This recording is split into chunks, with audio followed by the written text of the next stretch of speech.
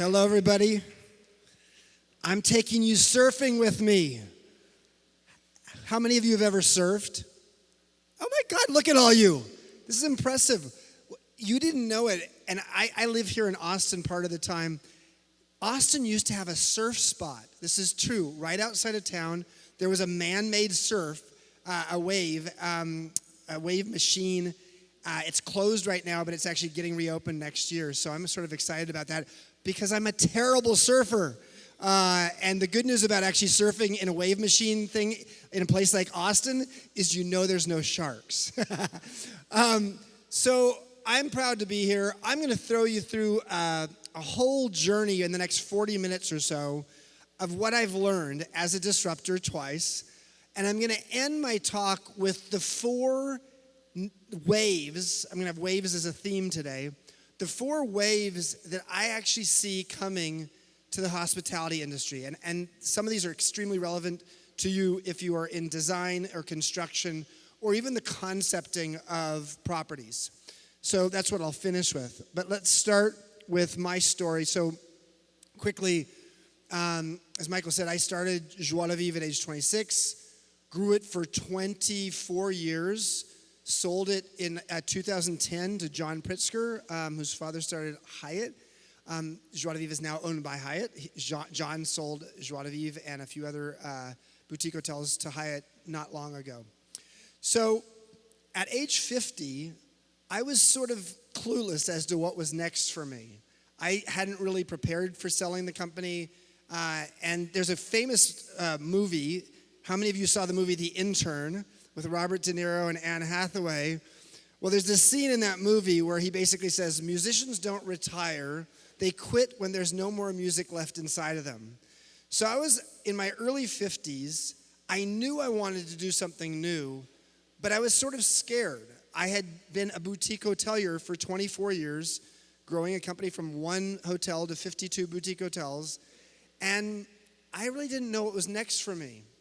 And then that's about the time, this is actually 7 years ago, that Brian Chesky called me. Brian's the CEO and co-founder of Airbnb. He called me and he said, how would you like to democratize hospitality? And I said, well, that sounds interesting. And he said, I'm the co-founder of Airbnb. And I said to him, what's that? I had never heard of Airbnb, didn't really know much about it. Actually thought it was like the same as couch surfing. So I can't say that I was very much ahead of the game. And then he said, I want to come over to your house to tell you about Airbnb. And he said, I'm going to Uber over to your house 7 years ago. And I said, Uber? What's that? So I'd never heard of Uber or Airbnb. I didn't know a thing about the sharing economy. There's a famous quote by this science fiction writer who said, the future is here. It's just not evenly distributed yet. So it was definitely not distributed to me, which was interesting because as a boutique hotelier at age 26, the future was distributed to me. I could see the future. I was the surfer who could see the wave coming of boutique hotels. I'll talk a little bit more about this. But now I was twice that age. I was 52 when Brian approached me, and I couldn't see the wave coming. But I'll talk toward the end of my presentation about how you can see the wave, or how if you see something that is in its early stages, whether you determine whether it is a fad or a trend. So we'll come back to that. So I think there are 3 key hallmarks of disruption. I don't think that boutique hotels were a disruptor. I know Airbnb was a disruptor. Boutique hotels were an innovation, and let's give some credit to the boutique hotel industry. The Marriotts and Hiltons of the world do not look like they used to. You walk into a Marriott lobby, and it actually feels a little bit like a boutique hotel. And of course, let's look at all the boutique hotel companies that are now owned by the big chain hotels. Kimpton is owned by Intercontinental. Ian Schrager works for Marriott.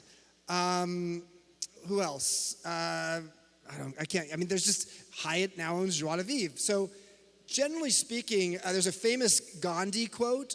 He said it in the 1930s about the British. He said, first they ignore you, then they ridicule you, then they fight you, and then you win.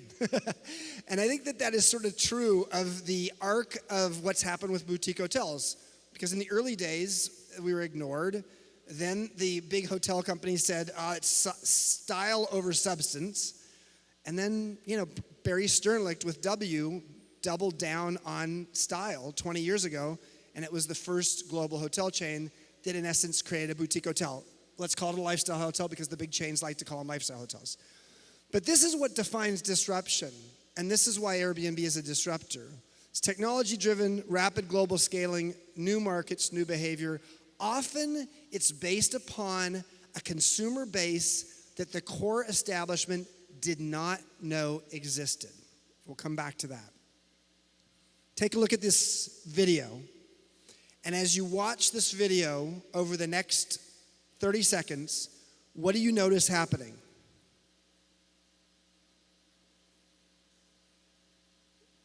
Say it a little bit louder. Do you notice anything? They're going faster, yes. They're repeating for sure, but the waves are coming faster. The bottom line is this. In an era where technology is so prevalent, change, and especially change that has a tech component to it, is making everything change faster.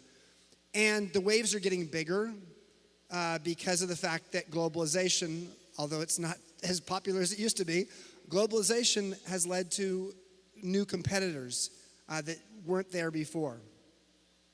Now, I think surfing and entrepreneurship have a bunch in common. Sometimes the best times to ride a wave are during a storm. Airbnb was created in 2008, going into the recession. Why did that make sense? Well, it made sense, frankly, because there were a lot of people who were hosts who had lost their job, and this is how they were actually going to piece together some income to make a living. And guests were looking for travel experiences that were a lot more affordable. Secondly, it's very freeform and not regimented. Generally speaking, this is not like going out and getting a golf tee time or going out and trying to get a tennis court at the local tennis club. No, when it comes to surfing, you just get your board, or what we call a stick, and you go out and ride the waves. Similar to entrepreneurship, there's a fellowship of unwritten rules. If you ever see a bunch of surfers together, it's sort of like a bunch of entrepreneurs together. They have their own language. And then finally, you need to understand what's going on underneath the surface. A great entrepreneur understands why a trend is actually sustainable over a long period of time. Similarly, a great surfer does not have to be a marine biologist to understand the science of great waves. Now, this is a bunch of companies that did not learn how to surf. Now, not all these companies are gone, but many of them are. And so this is sort of the graveyard of companies that didn't learn how to surf. But the truth is, all companies have to learn how to disrupt themselves. Mark Zuckerberg said, if we don't create the thing that kills Facebook, someone else will. And he went out and bought Instagram and WhatsApp. This guy, Reed Hastings, who's a good friend of mine, and his story is so fascinating. I don't know if you know the Netflix story. The reason Netflix exists is because about 25 years ago, Reed had actually rented from, I think, Blockbuster Video, a video for his family to watch. He took about a week and a half to return it. And the cost for late fees when he returned it was more expensive than if he could buy the video. And he said, this is stupid. And as he was driving to his health club, where he paid a monthly health club fee, he asked himself, why is it that videos can't be a monthly membership fee? That's how Netflix got started. So often the person who creates the new business is a pioneer. And of course, Blockbuster doesn't exist anymore. But what's impressive about Reed is he's disrupted himself continuously. There was a time about 10 years ago where Netflix stock price went off the cliff really low because profits went down because they needed to get in the streaming business. They needed to disrupt themselves because their business at that point was just the three DVDs by mail. But they also have disrupted themselves again by actually becoming one of the biggest content providers in the world. So the point here is innovation and disruption is something you can do to yourself. Now, in terms of the waves going faster and faster and faster, he's gonna take a picture of this. This is, or maybe he's not gonna take it, he's gonna actually write his girlfriend. You can actually take a picture of it. He doesn't even know I'm talking about him. Take a picture. It's okay. This slide shows how quickly things are changing. And this is partly technology driven. All right, who's at risk? I think the hotel industry is at serious risk. And I'm not talking about Airbnb. There are a whole collection of things coming. Airbnb is the second inning. There are still about 7.5 innings ahead in terms of things that are going to disrupt the hotel industry in major ways. So we're going to get to that. But who's at risk? Well, anybody who's grown complacent based upon their past successes, anybody who's lost touch with their core customers' evolving needs, anyone who didn't imagine a whole new set of customers on Airbnb's level. There was a bunch of millennials who actually wanted to stay longer. They're digital nomads who wanted to have an extended stay of where they're going to stay with more space for less money. Airbnb was the perfect alternative for them. Now, if that was the only market that Airbnb ever appealed to, it would be a small company. But a lot of times we in the business as establishment leaders don't see the next wave coming. And then you don't take new competitors seriously. That goes back to the first they ignore you, then they ridicule you. And then finally, no clue what the true essence of their product offering is. That sounds really abstract. I will explain more about it in an exercise in about 10 minutes. Now we go to the dark slide. Because after seeing that, you could be depressed. Like, oh shit. I don't want more change. I don't want bigger waves. I don't want, faster waves. I just want it to mellow out. And it may, if you're in certain industries, it might, but generally speaking, in a lot of industries, it's not gonna mellow out. It's just gonna get more competitive. So what do you do about that? Well, I'm gonna teach you my way of learning how to surf. I'm gonna give you some background of what I did in the early to mid-era of Joie de Vivre, my company. And then I'm gonna give you 3 key tips. And then we're gonna finish with 4 waves that I see coming. Actually, maybe even 5. I just thought of another one up here. All right, I started my company, ran it for 15 years. The company was by far the biggest hotelier in the San Francisco Bay Area.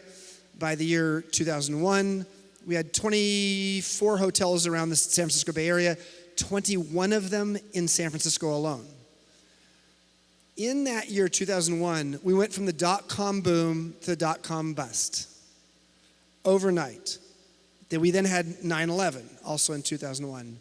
And basically everything that could go wrong did go wrong. So I ended up going to a local bookstore, Borders bookstore that doesn't exist anymore, at Union Square, looking for a business book, trying to get a clue. How am I gonna save this company? And I was in the business section of the bookstore for about 5 or 10 minutes. And then I realized my problems were bigger than that, and I went to the psychology self-help section of the bookstore. It's a true story. Because I realized, I needed more than just a business book. I needed some self-help. And I actually got reacquainted with a guy named Abraham Maslow and his hierarchy of needs. One of the iconic theories of psychology from the mid-20th century. This is his hierarchy of needs. The idea that we have basic needs at the bottom of the pyramid, and this idea of being all you can be, self-actualization at the top, where you have peak experiences. Well, our company was on the edge of going bankrupt, and I said, okay, let's use Maslow and apply it to our company and see if we could learn something from it. We took Maslow's pyramid and we turned it into 3 basic principles that define humans. We have survival needs, we have succeed needs, and we have transformation needs. So for those of you who are interested in this, I wrote about all this in a book called Peak, How Great Companies Get Their Mojo from Maslow.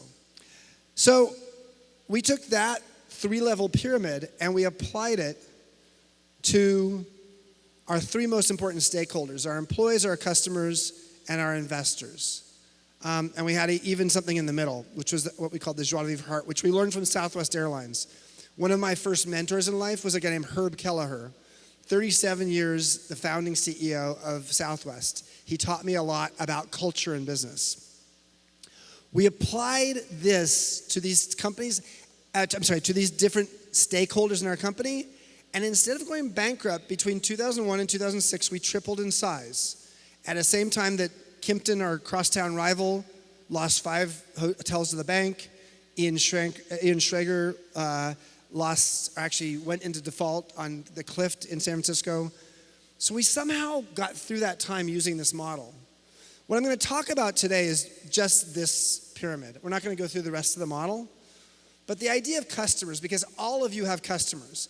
Now your customers could be your ultimate users, which is basically a B2C model, the people actually staying in hotels, or it could be a B2B model. Your customer is, a client, a company.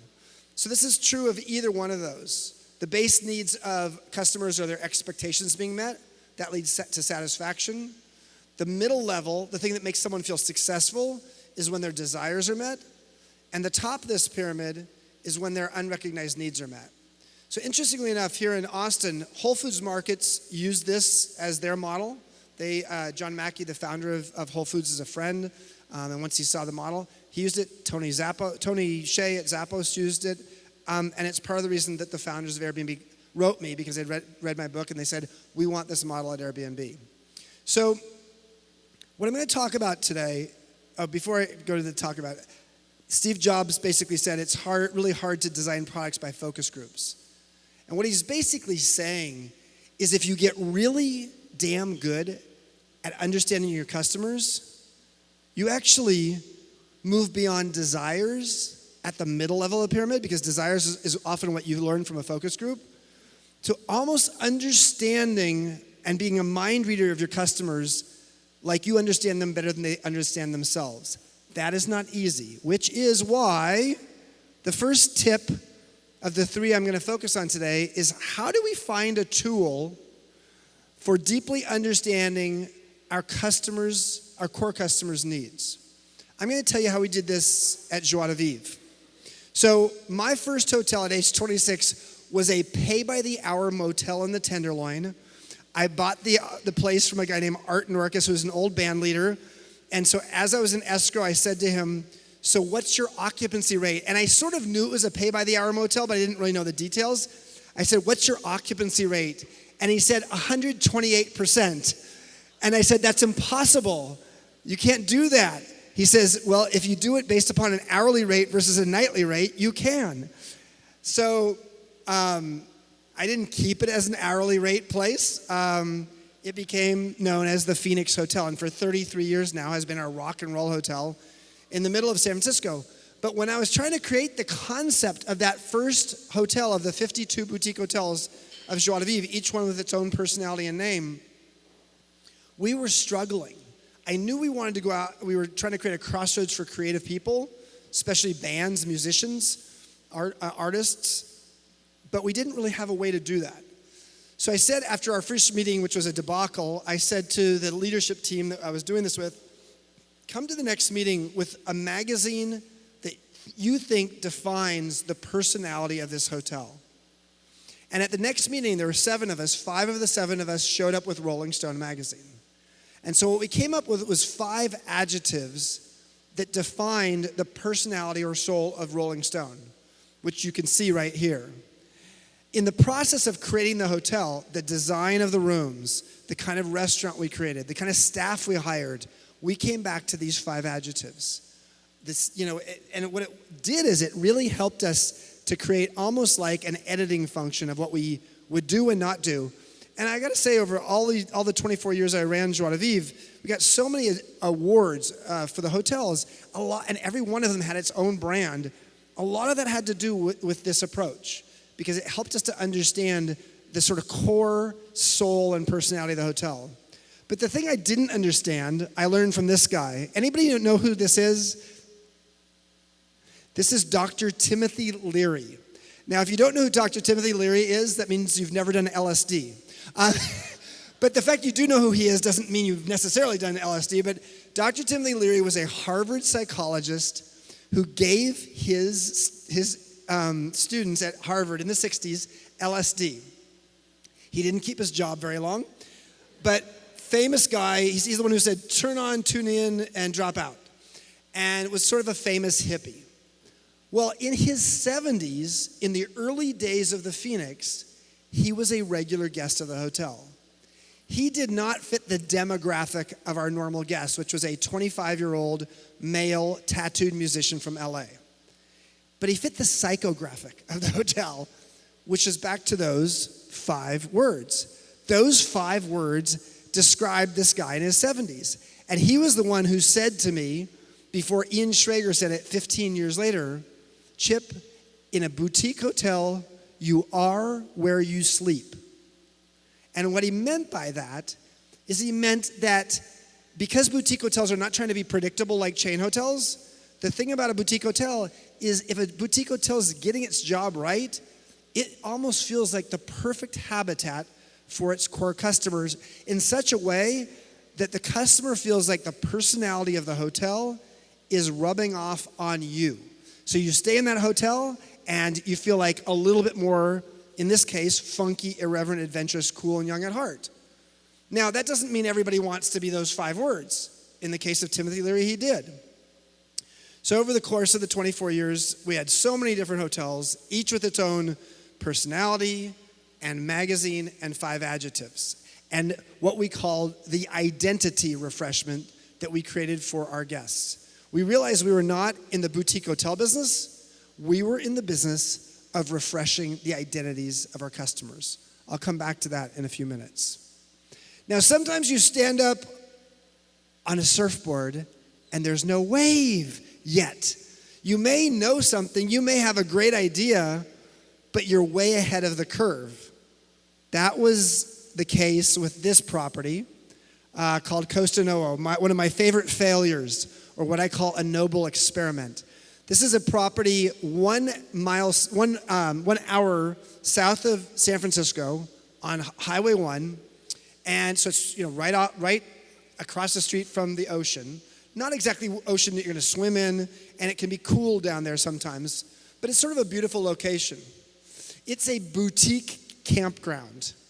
We created this we concepted it in 1996. The word glamping, you've heard of glamping, was created in 2006. We were 10 years ahead of the game, and for many, many reasons, the property didn't succeed. It's still open now. We just had to sell it for cents on the dollar, and it was a failure. But one of the things I learned from that experience, from that noble experiment, was the following. We were full on weekends. Our challenge was weekdays. And when we first opened in 1999, after concepting and designing and building it over 3 years, from 96 to 99, is that the weekdays were full. We were full on weekdays and weekends. So our first 2 years, banner success. But our weekday success was all .com companies that were coming to do corporate retreats.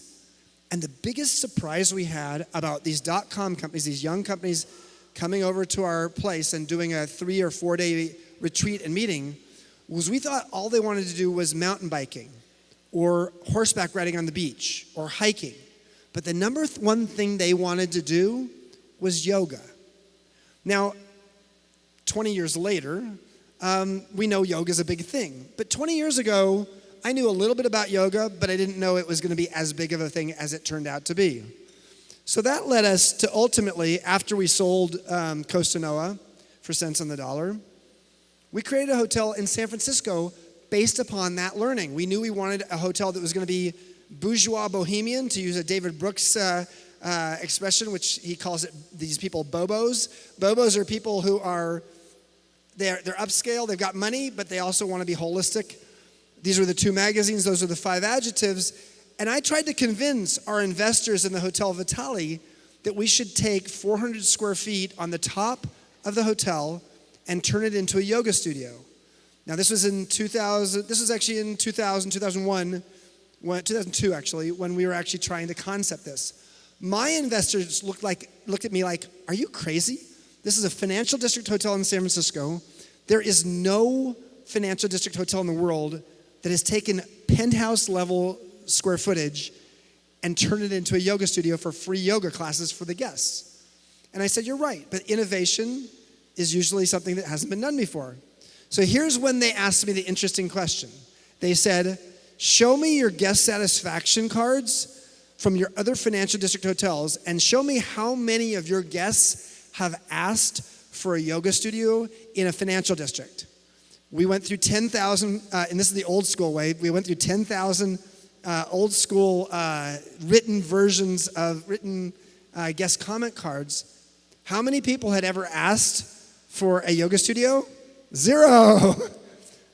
But these 5 adjectives helped us to understand the psychographic of our customer. And what I saw from my experience at Costa Noa is yoga is getting big, and the people who are doing yoga are people who have money. And after 9/11, the idea of travel and air travel was terrible, and people were feeling cramped and stressed. And so the idea that someone could go do a yoga class for an hour before going to a meeting in downtown made sense. This hotel became the most successful upscale hotel in the last 25, 30 years in San Francisco. Unfortunately, a later owner took away the yoga studio, but for 10 years there was a yoga studio there, and this is on the cover of the Wall Street Journal, the New York Times, as this new kind of hotel oriented toward business travelers who want to stay healthy on the road. So my first question to you is, what's your shortcut to understanding the psychographic of your core customers? Now, core customers, the way I've described it, is the ultimate customer. But it could be, if you have a client, it could be like, how do you understand your B2B client and what their needs are? And you don't have to use magazines.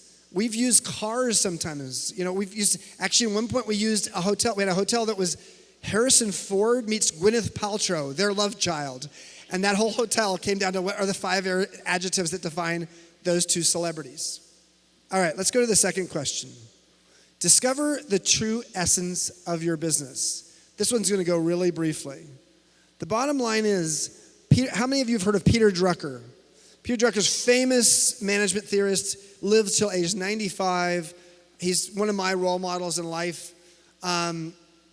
One of the things he said is the most important question any business leader can ever ask is, what business are you in?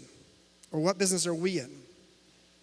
So back in the day at Joie de Vivre, when I was trying to figure out what differentiated Joie de Vivre versus Kimpton or Schrager or Thompson or a bunch of other boutique hoteliers, one of the questions I set up with our senior executive team was, what business are we in?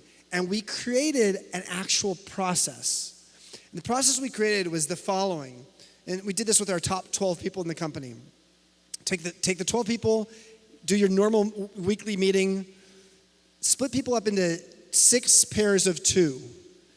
Get people far enough away from each other so that no one can hear each other. And then ask this question. What business are we in? The one person asks the other person. So let's say I'm here and the other person's there. I ask the question, what business are we in? And I would say, we're in the boutique hotel business. And then this person would say, thank you. What business are we in? And my second time, I can't say the same answer twice. And then there's a third time, a fourth time, and a fifth time. This is crazy. Like by the time you get to the fifth time, you're a little struggling and frustrated. But it's amazing. This is how we came to learn that Joie de Vivre was in the identity refreshment business and not in the boutique hotel business. So when I joined Airbnb in early 2013 as the head of global hospitality and strategy, head of business development, head of business travel, my job in the company, I was also the in-house mentor to the CEO, Brian. So he was my boss, 21 years younger than me, and I was mentoring him. That was sort of weird to be mentoring your boss. But my job was to help take Airbnb and make it mainstream. So the question I asked the 3 founders is, what business are we in? And the thing they said was, we're in the home sharing business. And then I asked them again and again, and they could not come up with anything else. And I said, okay, a month after I joined, we did an offsite with our top, it happened to be 12 people again, and we did this exercise. And this is how Airbnb got to figuring out what its essence is. Remember earlier I said, what are the risks of who's going to be disrupted? Is you don't understand the essence of your business. Well, When we did this exercise, here's what we came up with. We're in the home sharing business. We're in the extended stay lodging business because the average length of stay for an Airbnb guest is 2.5 times as long as for a hotel guest. We're in the turning strangers into friends business. We're in the living like a local business. And then finally, we are in the belong anywhere business. When we found that we were in the belong anywhere business at Airbnb, it completely changed how we thought of our company. It thought of how I was in charge of all the hosts around the world. It changed how we thought of our hosts. How do we train our hosts? It changed our thinking about us versus Marriott or us versus Expedia. They're not in the belong anywhere business. How do we actually leverage belong anywhere? So it's not just how we actually operated the company, but it also how we would market the company. I'm going to show you a video in a moment. This is an ad from the 2017 Super Bowl.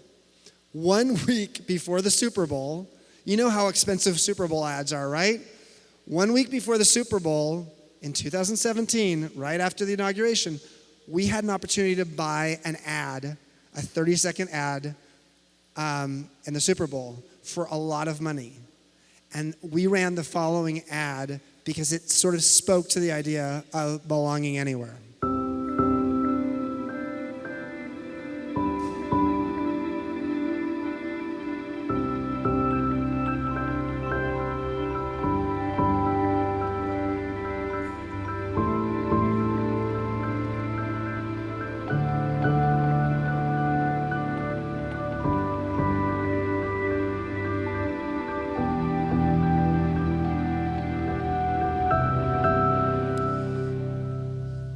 So, if we were a home sharing company, we would not have run that ad. How we defined ourselves had a lot to do with that, what business are we in exercise. So the question I would ask you as a second one is, what business are you in? Would you be open to going back to your offices next week and sitting down with your senior leadership team or whoever it is and doing this exercise to see if you could get a little bit more clarity about the differentiator of what makes your organization different? I promise if you do it well, if you do it and you really focus on it, it's an enormous competitive advantage versus the commoditized businesses you might be competing with. The third tip is use feedback as your compass. Now, this was an interesting thing. First of all, when I joined Airbnb, I was twice the age of the average employee. I was 52, average age was 26. This was almost 7 years ago. I didn't understand the business model. Why the heck would anybody want to stay in someone's home when there's lots of hotels to stay in? I didn't get it at all. I really didn't. And the thing that I didn't get the most was I'm in charge of figuring out how to improve quality in the home sharing business for Airbnb, meaning how do we get our hosts around the world to create a great experience for their guests? And the first thing I said to Brian is I said, well, this is stupid. The people providing hospitality in our company are not even our employees. We can't train them because if we try to train them, they become employees, and we don't want them to be employees. They're usually doing it part-time. They have usually almost zero hospitality background or training. So how are we ever going to solve this? Well, here's the good news. The good news is that the hotel industry has a problem. And the hotel industry's problem is we do not have a very good feedback loop. Now, I sold Joie de Vivre, but I still own 9 hotels. I owned 20 hotels when I sold Joie de Vivre. I've sold 11, but I still own 9 hotels. So I am both an Airbnb person and also a hotelier, which means I have cognitive dissonance sometimes. But the thing is, the hotel industry that's interesting is the hotel industry has a broken feedback loop. Do you know that on average, 5% of our guests fill out the online survey? And then the online survey goes to Bethesda or to wherever, it goes to headquarters. And yes, it goes back to the GM at some point, but when it goes back and the staff actually sees it, it almost never mentions any staff's names. And then, what else? Generally speaking, the average staff person gets a review once a year, a performance review. But you know the average length of tenure in hotels in the United States is 11 months. So do the math. Most people don't get their performance review. So feedback loop is really exceptionally important. And that's what I doubled down on. I said, we have to figure out a way, using Maslow's hierarchy of needs and psychology, to incentivize and mobilize both the extrinsic and the intrinsic needs of our hosts. Extrinsic needs are like money, external recognition. Intrinsic needs are like making a person feel like they're doing a great job, and that it's something internal to themselves. So we started to actually understand all of our hosts around the world based upon whether they're more extrinsically motivated or intrinsically motivated. We completely redid our peer-to-peer review system. Now, this is the one thing that Airbnb had going for it before I joined, is instead of our guests going to TripAdvisor to reviewing us, they did it on the Airbnb website. But the Airbnb peer-to-peer review system on our website was sort of broken. So I fixed it. I didn't do it. I made some suggestions, and the whole engineering data science team helped me to design a new peer-to-peer review system such that over 70% of Airbnb hosts and guests review each other. Another weird thing about Airbnb is the host reviews the guest. Can you imagine a hotel reviewing your hotel guests? That doesn't make sense. But obviously in home sharing, it's a different model. 70%, over 70% versus 5%. How many of you are familiar with NPS, Net Promoter Score? So Net Promoter Score is what we use at Airbnb. When I joined Airbnb, the Net Promoter Score, so Net Promoter Scores, for those of you who don't know it, go from negative 100 to 100. The average in the hotel industry is 48. The average at Airbnb 7 years ago was 24. Today it's 72. It's 50% higher than the hospitality business, the hotel business, primarily because of the feedback loop. So the thing I would ask for you to consider is, how does your customer feedback loop create constant, instant improvement in your product or service? The thing I had completely missed, I had a blind spot, is these people who are getting the feedback are, in terms of the host who gets the feedback, has a huge incentive to improve because they're an entrepreneur running a business. And they want to actually, whether it's actually doing it for the intrinsic reason of making their guests happier, or whether it's for the financial reason of actually building their business, they have a lot of incentive to improve. So most disruptions are foreshadowed. I can't say that when I joined Airbnb, I had figured out that home sharing was going to be a huge wave. I can't say I knew that. But I will say that within about 6 months being there, and at that point, all my hotel friends were saying, "What, dude, why did you ever join that stupid company?" Because it was in that ridicule, in the ignore phase and then the ridicule phase. But here are 3 things that I think actually influenced home sharing to become very successful. One is boutique hotels, something I know a lot about. Boutique hotels just took the predictability of chain hotels and smashed that model and said, for a boutique hotel customer, they don't want predictability. They're experience driven. They want an experience that's very localized, personalized, and they want that more than anything. And as I said, with the identity refreshment, that was most important. Well, Airbnb took the idea of localization and personalization and put it on steroids. And Airbnb has a huge collection of choices. One of Airbnb's challenges is making sure the matching of like getting the right place for you. But boutique hotels were a precursor. So were these guys. VRBO and Craigslist both started in 1995. VRBO it was home sharing. It was just second home sharing. So the model of second home sharing existed like 13 or 14 years before Airbnb ever got started. It was just a different model, and the VRBO model, which really didn't use technology very much, was not as good of a model as ultimately Airbnb's was. Same with Craigslist. Craigslist was home sharing. It was getting a roommate. Craig Newmark, who started Craigslist, basically started it to find a roommate. So he was home sharing the extra bedroom in his apartment. So long story short is that happened way before Airbnb.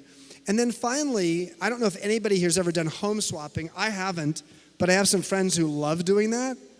Do you know when home flipping started? It started in 1953. And so it's been going on for a very long time. The idea of you live in Austin, there's someone who lives in London, and you're going to actually swap places with someone else.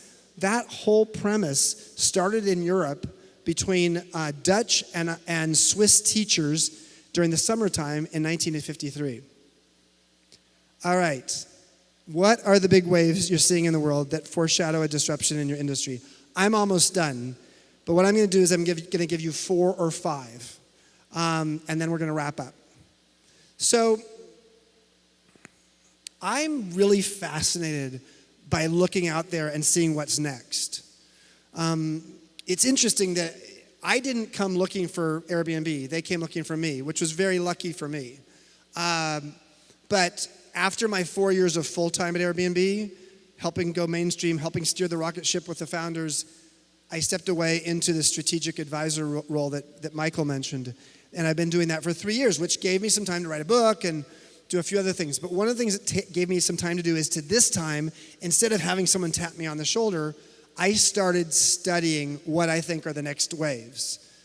And so I'm going to give you the 4 or 5 here. The first one that's a wave that I think is a huge wave, and I'm pretty deeply involved in a company right now helping them with this. And we live up here at the front as well, that's sort of in this world as well, is co-living.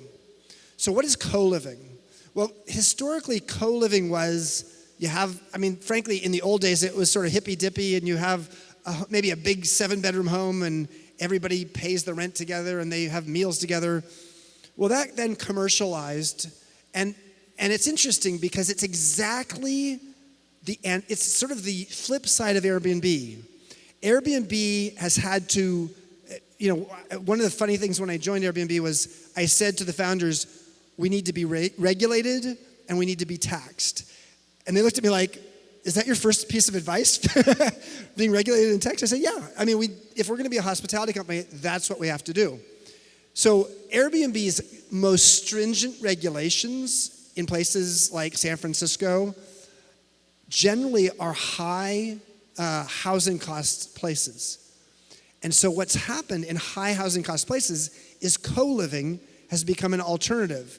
And what it is, generally it's a millennial thing, but it's actually starting to expand beyond millennials.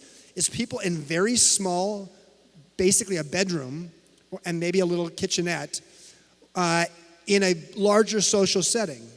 The company that I've been helping on this for the past year is a company called The Collective, based in London. I'm just very confident about where they're going. Poised to probably become the biggest in the world. But here's the part that is scary for the hotel industry. They have moved from their early roots 9 years ago to actually creating bigger and bigger places. They've just opened a 710-room co-living space in Canary Wharf in London. But here's the part that's interesting. 1/3 of that building is long-term residents, people staying typically at least 3 months. That's considered long-term. About 1/3 is people staying 1 week to 3 months, and 1/3 is people staying a week or less. They are hitting it out of the park because there's a growing number of people. First of all, there's people who want to live like a local in a building where they're getting to know locals. There's people who live in the building who love the idea there's a new collection of people coming through. They do all kinds of programming that creates social connections between people. And their model financially, in terms of how much they make on a per square footage basis, is pretty impressive. They have 22 new buildings, average size, 560 rooms, opening in the next 2.5 years. This is a company that at this point has 8 buildings, but only 2 that are of the 500 to 700 room size. So we'll see if they can actually grow that quickly. But this fusion of homes and hotels that Airbnb sort of helped to sort of pioneer is going to continue. There's a growing number of people who are not looking for a home away from home, but it's a home instead of home. And so they don't want to sign a 1-year lease. They want to actually be a digital nomad on the road. This is, of course, especially around millennials, but it's actually a lot of people who do project work. All right, so that's number one. Number two is a growing number of people are going to expect all of the services in the palm of their hand. Who is it that's actually sort of turning us in this direction? Well, the hotel industry is slow to the game here when it comes to technology, how we integrate technology in the experience. In fact, the experience for many people as a hotel guest when they're traveling is, I'm on my phone, I'm on my phone, I'm on my phone, I'm on my phone. I arrive at the hotel, and I'm no longer on my phone in terms of how I'm interacting with the hotel. Yes, hotels are getting better at this, but it's the Sonders and the Lyrics and the Guilds and the Stay Alfreds who are popularizing this. So Sonder just recently got a $1 billion valuation. Francis Davidson, who is, maybe he's turned 27 now, but he was 26 the last time we met. I've been helping to mentor him. But even more so the Guild, based here in Austin, the Guild has got they are creating an app that is basically, that already does a lot in the app. So I'd go out and study them if you wanted to understand tech apps that are related to this. Now, for those who don't know Sonder or the Guild, basically they take large blocks of rooms, often in many buildings in a city, and they, in essence, run a hotel within, sometimes an office building, sometimes an apartment building. They do more than, say, Airbnb does in terms of going out and making sure they're working within the regulations. Long story short is, more and more guests are going to expect hotels to have everything in the palm of their hand, and that the communication is going to be instantaneous with someone within the hotel. And I would say that if hotels don't get better at that soon, the Sonders, Lyrics, and the Guilds of the world are going to continue to grow. Thirdly, the simplification of development. This is particularly relevant to you in this room. The simplification of development of resorts is starting to take an interesting creative form. I'm an investor and I'm the mentor of the CEO of AutoCamp. If you've heard of AutoCamp. AutoCamp's basic model is go out and find properties in remarkable areas that are hard to build in. They just announced last week Cape Cod. In March this year, they opened in Yosemite, et cetera, et cetera, et cetera. Go find sites, but instead of building a resort, go get 120 custom-made Airstreams and build communal facilities like a clubhouse and things like that, but the rooms are all distributed in the Airstreams, and the Airstreams are really nice. How is that going to, so what's going to happen there? Well, they can actually get a place, not only is it less expensive than real normal development, but it's fast. You can actually get something built quickly. And you can do it in places like Yosemite that are sort of have really hard regulatory environments. Who else is doing this? There's a company called Getaway's doing this. For those of you here so you're going to be here in Austin, you're going to go to town tomorrow, go see Liz Lambert's hotels, Bunkhouse Hotels. If you know her boutique hotel chain, she's got the Hotel San Jose and the St. Cecilia and the Austin Motel, and she's building the Magdalena. She has a place called El Cosmico in Marfa, Texas, and it's just a bunch of tents and yurts and Airstreams. That idea is about to go major in terms of how she's going to actually take those and do those in other places. So just know there's going to be a growing competition out there of developments in resort locations that are not traditional, built structures. Fourth, is my idea. So the thing I have done since leaving Airbnb is to create the world's first midlife wisdom school. What the hell is that? A midlife wisdom school. Well, if we're all going to live longer, and as I learned at Airbnb, power in a digital society is moving younger, and the world is changing faster, we, in our midlife, have to figure out how to hit the reset button to repurpose ourselves more and more. And so, yet, while that I think is a fact, and a lot of people agree with that, and you may know whether it's you or someone else who could use a place like that, there are not schools or tools for people in midlife to figure that out. So we created the very first one of these called the Modern Elder Academy in Baja, 4-acre campus, 1 hour north of Cabo San Lucas on the beach. And it's been a just big time success. So we're actually looking at the second location now. We've had conversations with a variety of companies that I can't mention here, but big global chains and big global spa companies, because there's a growing sense that the intersection of hospitality, wellness, and midlife education is a huge market. The fifth one I'll mention, and I don't have any company that's dealing with this that I'm involved in, but I know some people who are working on this, is imagine 10 years from now, or maybe even 5 years from now, when self-driving autonomous cars are more and more mainstream.